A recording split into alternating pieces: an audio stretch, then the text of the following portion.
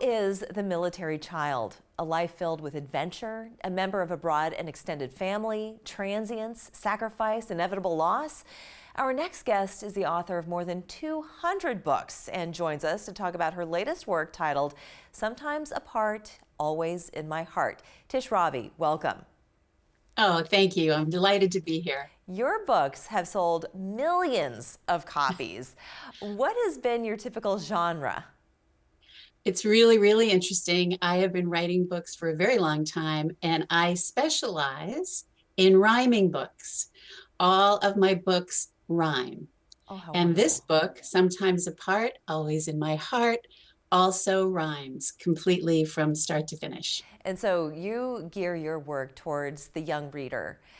What was the inspiration behind writing this particular book about the military child? Well, it's interesting. My dad was a World War II hero. He actually jumped from a burning plane Wow. and landed in Germany and was a prisoner of war Oh, for a couple of years. And when he came home, he and my mom wanted to have a family. So they had two little boys and a little girl, and the little girl was me. it's extraordinary. And my entire career as a children's book author, I have tried to write a book for military kids in his honor. And when I was introduced to United Through Reading, I knew I had finally found a partner to create a magical book for military kids. How wonderful. What is United Through Reading? United Through Reading is a nonprofit that for 30 years has been helping service members record themselves reading a children's book to their kids. But the magical thing this nonprofit does is then they send a free copy of the book to the child at home. Oh, So they can hold their book, hear their parents' voice, hear the story, see their parents' face. The videos are so fabulous and moving. They are just incredible to watch. that sounds And so I was powerful. so excited to meet them and partner with them on this book. So powerful. And obviously, that therein lies the challenge for the military child because oftentimes their parent is off on another continent, in another country, fighting a war. So, what do you hope that readers come away with when reading this particular book? Well, it was really interesting because when I met them, I recognized and found that they had been using my books for the service members to read to their kids for years.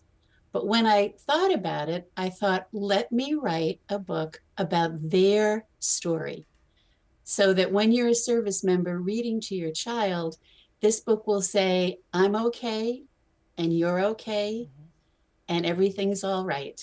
And that they could say, express their feelings and their story. Yeah, And that was the inspiration. these military children are in very good company. There's approximately 1.6 million in this country.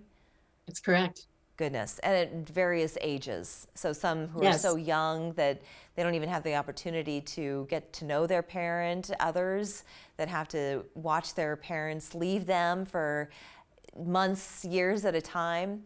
That must be incredibly challenging. What has the feedback been from those that have been participating in this program and reading your book that truly must resonate with them so deeply?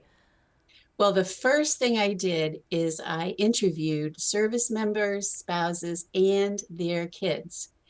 I have notebooks full of these interviews. I'm telling you, that's a book probably too.